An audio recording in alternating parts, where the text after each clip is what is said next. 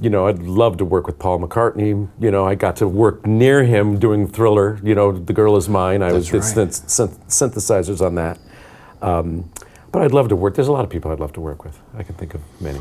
Well, let me know and I'll see if I can Would you do that, do something for you, okay? I appreciate it.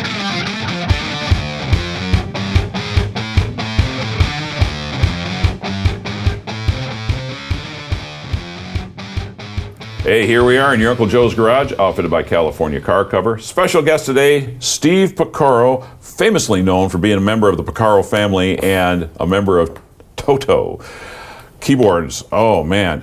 First off, it's a pleasure to be here. We've worked together a couple of times. We can't talk about that too much. In the garage, though, one of the first things, what was your first car? We're in a garage. There's always a car story. I'll tell you my car story. My first car was a Datsun station wagon. B210? Something like that. It had a lift gate on the back. Yeah. And I'd put in these triaxle speakers. Okay. And I would just crank up the radio and my cassette players and not be able to hear sirens or anything else going on. And the lift gate, because the speakers were in there, whenever I would be pulling equipment out of it, the lift gate would fall on my head quite often, which my brothers would say explains a lot. I'm not going to say that then. Well, that way you had a place to haul equipment around in.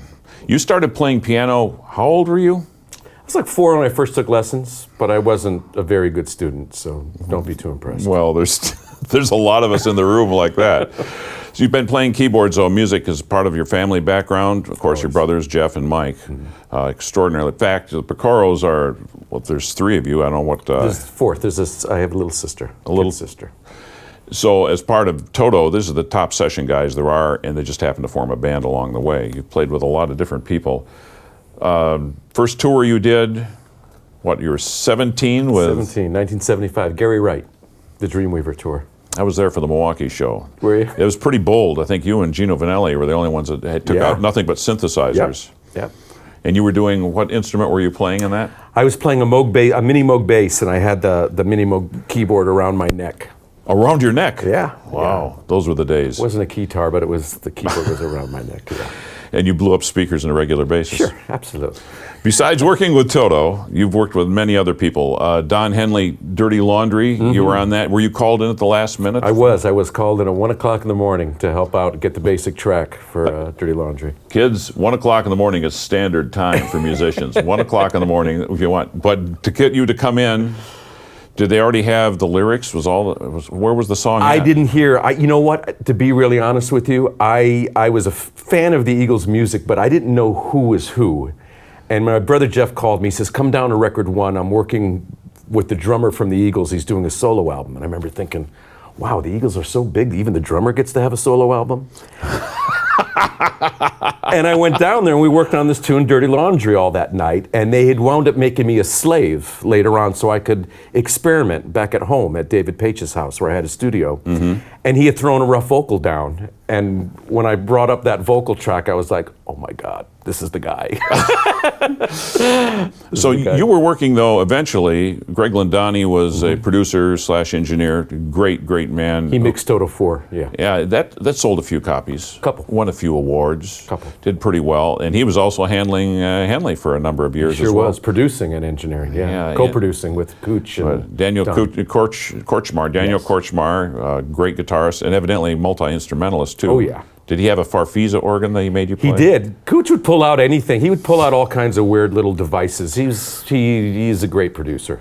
I really love working. You know, that's a common point he has with Steve Lukather, who is a childhood friend of yours as well, can pull out anything at any point in time. So you also worked with another album with Henley. Which one was it? Building the Perfect Beast? Yeah. Yeah. Did some work on Boys of Summer, a couple other tunes. You worked with Quincy Jones. Yeah.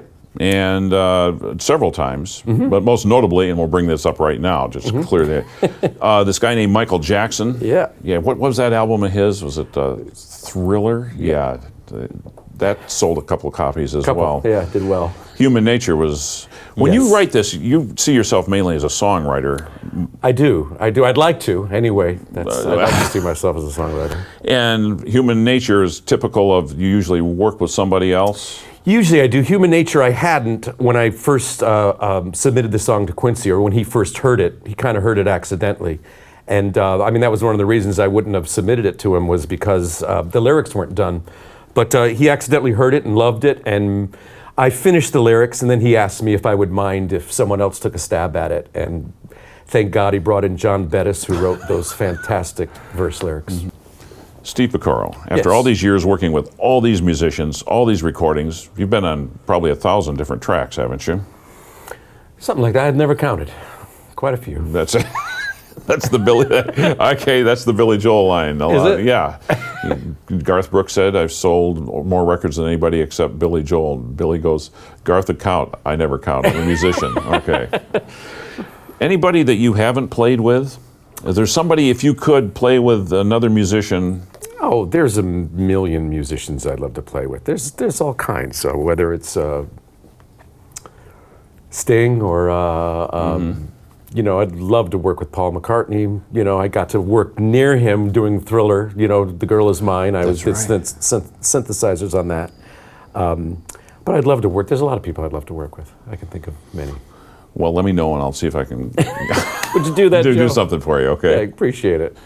Talking with Steve Pocaro of Toto fame here. Someday, Somehow, your first solo album. Yes. 20-some years, 30-some years in progress. Is that? Well, when you're doing every session in town and you're touring with one of the hottest bands there are, and everybody in your band is one of the top session guys, you're probably busy for a little bit. Yeah, and I also, you know, without a deadline, I'm pretty useless, you know. But I just kind of imposed some deadlines on myself and finally got it done. Deadlines, Toto has a 40th anniversary coming up, and that's a year or so away. Yes. So is that a deadline for you to start working up something with the band? Absolutely. Is that going to preclude you touring the new album? My album or their album? Oh. I won't be touring on my album. I'm just going to be touring with Toto. Were you touring? Well, the Toto album came out a year or so ago. About a year or so ago. It had some really good stuff on it. You toured with that too, didn't you? Yes, we had. So you were opening for Yes in some of those? We kind of did a co-headlining thing, yes, with Yes, and the year before with Michael McDonald.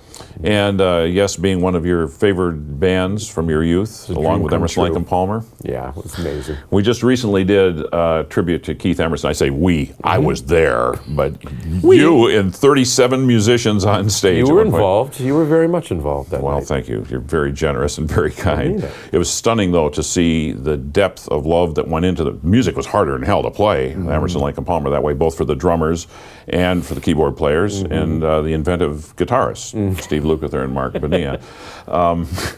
At the same time, our job, I'll include myself in your class of top talent in that, our job is to make people feel better.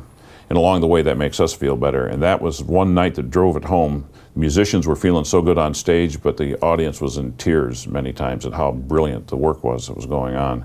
Yeah. So it's very much a pleasure to be part of something you've done. Thank you so much for being in here in the garage. And Thanks for having me. if you can get some of those boys rounded up for the anniversary thing, you know, we can come back in the garage and That'd be great. tell more car stories.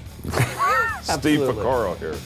Hey, I know that you, yes you, haven't been in the Uncle Joe's Garage yet, but I got some good news. We have created a mobile version of the Uncle Joe's Garage, thanks to our friends at Mike Thompson RV Superstores. Like they say, don't miss a moment, and don't miss the mobile Uncle Joe's Garage coming to a location near you.